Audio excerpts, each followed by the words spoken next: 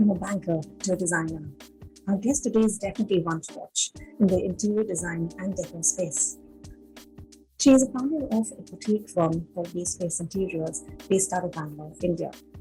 Her professional repertoire showcases unique personal space designs for the modern day family. But what's really creating waves and captivating her audience is the freshness, edge, and personality her expertise adds into each space she designs. Let's dive into our design dialogue with Vinitra of V-Space Interiors.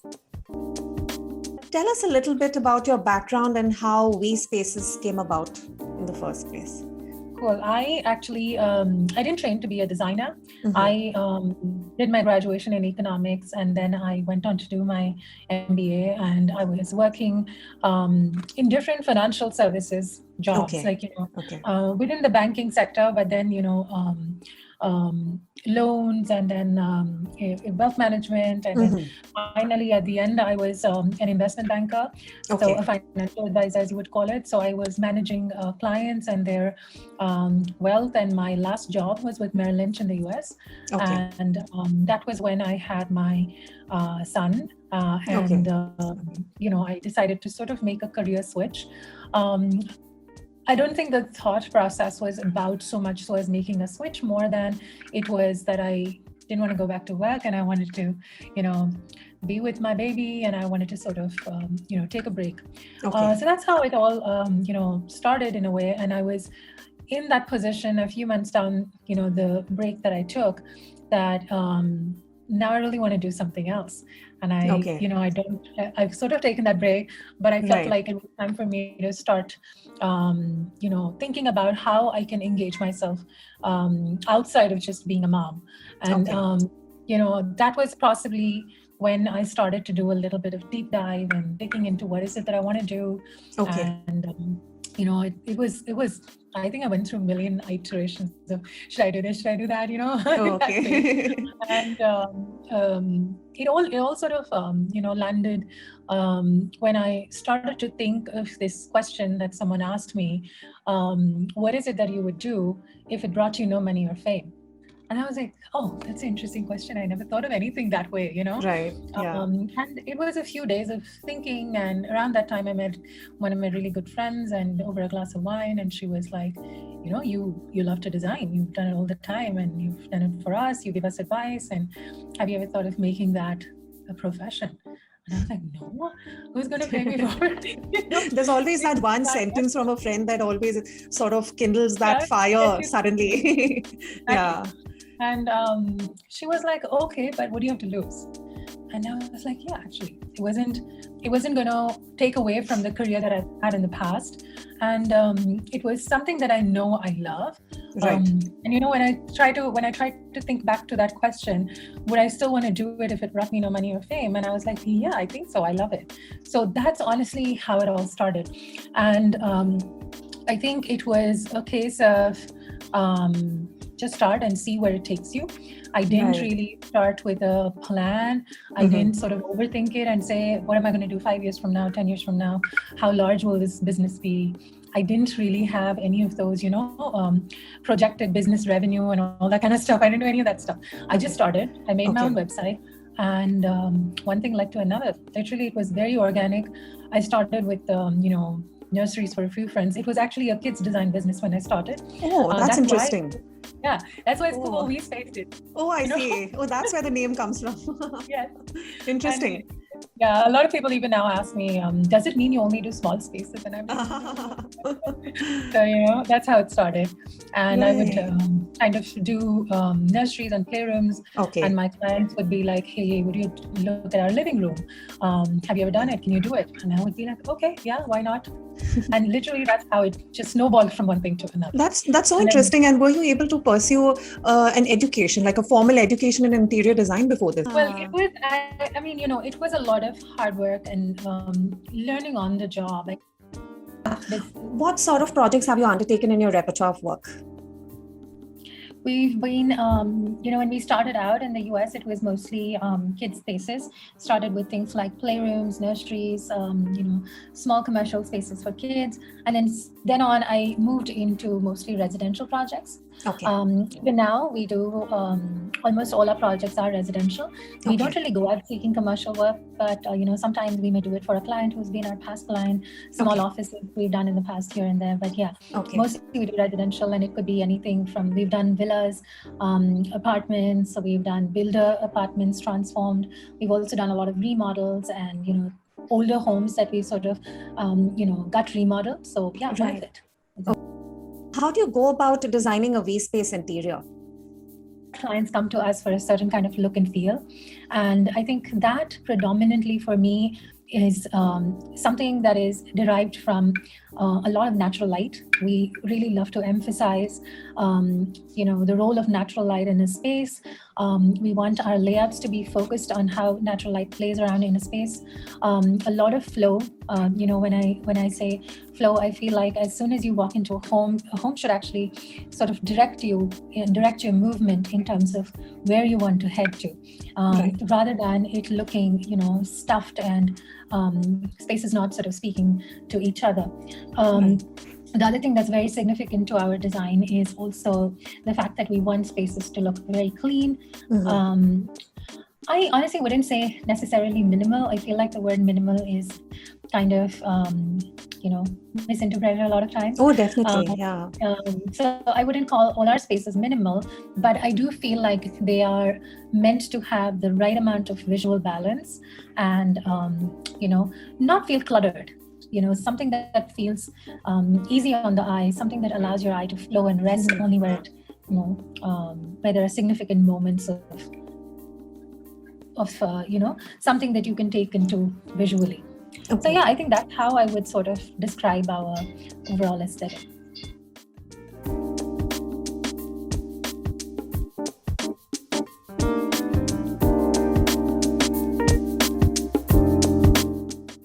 And what does a signature V-Space interior look like?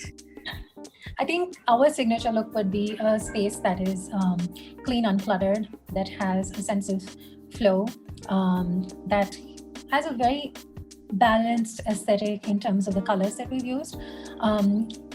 It may or may not be entirely neutral, but I would say largely our spaces would have a neutral backdrop with pops of color.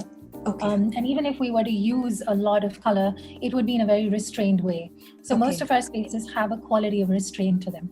And, we do not want a space to overwhelm you, but we want it to invite you. You should feel like walking in, and you should feel enveloped by a space, but not overcome by a space. And I think that is very signature to our aesthetic.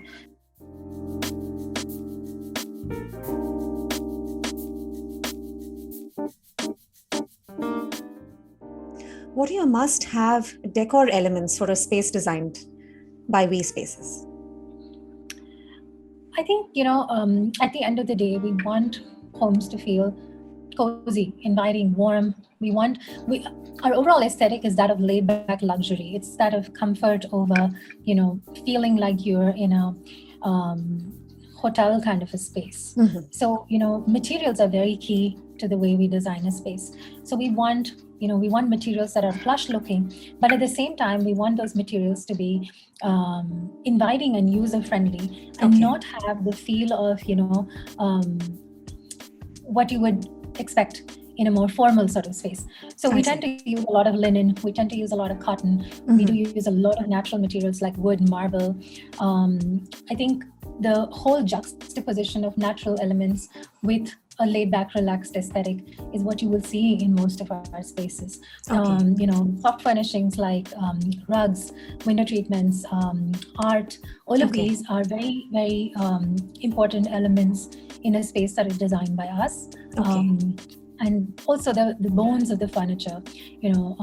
We are trying to evoke a sentiment of cohesiveness through a space. So all of these elements tie back into each other. There is a certain kind of sofa that is right for a space, and there is a certain kind of plant that brings in the right visual feeling. So I think for us, it's all about making sure that the details align well with each other, and we are able to evoke a feeling Right. when these elements tie well together. Right. And in each space that you design, what is that one element that you think, if it were missing in your design would be completely incomplete? Such a hard question because many of them like that. But I guess, plants is one thing that I feel strongly about, even if it is just one plant in a corner. Right. But I feel like breathing life into your space is something that's really important. That's wonderful. Yeah. Job of it. That is one thing. And the second thing would be art. I think art, any definitely. space feels incomplete without art to me. What design trends have you noticed in the recent past that you would love to emulate in your design language? I think, we've been seeing so much of change in geometry that I've been seeing everywhere in terms of moving away from the straight lines to a lot of the curves and the arches and rounded sort of frames everywhere, and that is not necessarily very natural to me. I do love incorporating arches as architectural details, but I think when you look at things like furniture, I'm a person who tends to sort of like clean line furniture. I like the whole mid-century, forms and shapes, Danish modern. Those are the kind of shapes that I'm naturally gravitating to. But now that I see a lot of the curves coming in, I'm keen to sort of see how to explore that and how to sort of incorporate that in different ways in our design as well. So that's something that I find intriguing. I'm also, noticing that we've shifted so much from the cool whites and the grays and the blues that we all used to love to warmer tones, and with more people staying in, everyone wants home to feel warm and cozy and inviting. And I sort of see that shift, and it's one of those shifts that I'm more naturally able to embrace, and I love that myself. I'm sort of seeing, more warm taupes, beiges, warm grays coming into our design language. That's sort of been nice to work with. Yeah. Okay. And across your work, we've noticed that you incorporate a lot of style blends. So is there any particular blend of style that you really like to emulate more and more? Yeah, I do love blending styles. I feel like one of the ways to make a space feel unique and something that speaks to different people is when you're able to take 2 or 3 different styles and blend it together. And I think that's also natural to design, because I find design to be very dynamic. What I used to love 10 years back, I don't love today. And I know that what I will love 10 years later may not be what I love now. And so I feel like design needs to kind of build for that growth.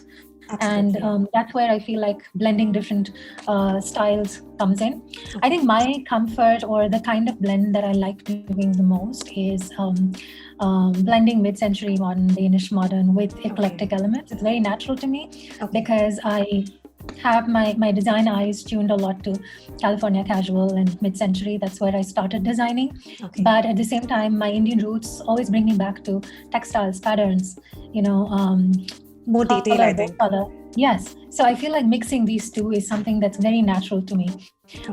It's the area that feels the most effortless. I see. But then, we do all kinds of... That's quite an interesting mix, actually, when you're including Indian detail with a mix of eclectic California chic. Yes, that's what my whole house is a little bit like that. When I say Indian details, it may not necessarily be in the traditional form of, furniture detailing necessarily, but I do love our textiles. I do love our, the patterns that we use, like the ikats and the embroideries and all of that, and sort of bringing that into a more stark base, I think is what is very natural to me. That's wonderful. That's really nice. And what advice would you give the amateur designers trying to redo their space? Okay. I think I would say it's important to have a good combination of following your gut and your instinct, as well as planning a little bit about the basics of how you want your space to turn out. Because I feel like doing just either one of the two always lands you with a space that is, if you've planned it too much, it looks over-designed to me. And if you've gone too much with your gut, things don't fit. So I feel like finding the balance between working with your intuition, but at the same time using a little bit of data to see what fits in your house. What am I going to? What is my central piece in this room going to be like? Is it a sofa? How big the sofa should be? A lot of times we don't pay attention to size and scale and proportion, and I think that plays a huge role in how a space looks. So I would say, I think those kind of, detail orientation, along with going with your gut of what you really love, I think is what a lot of young designers need to do, should do, because that's also something that sets you apart. It makes you unique.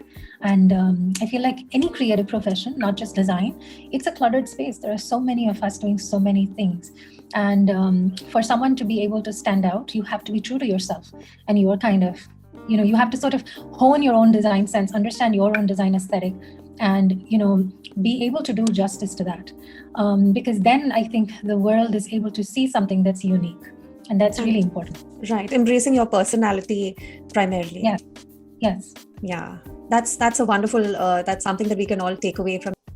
Thank you, Vinitra, for joining us. Our conversation with you has indeed been a very insightful one. Thank you so much for having me. It was such a pleasure.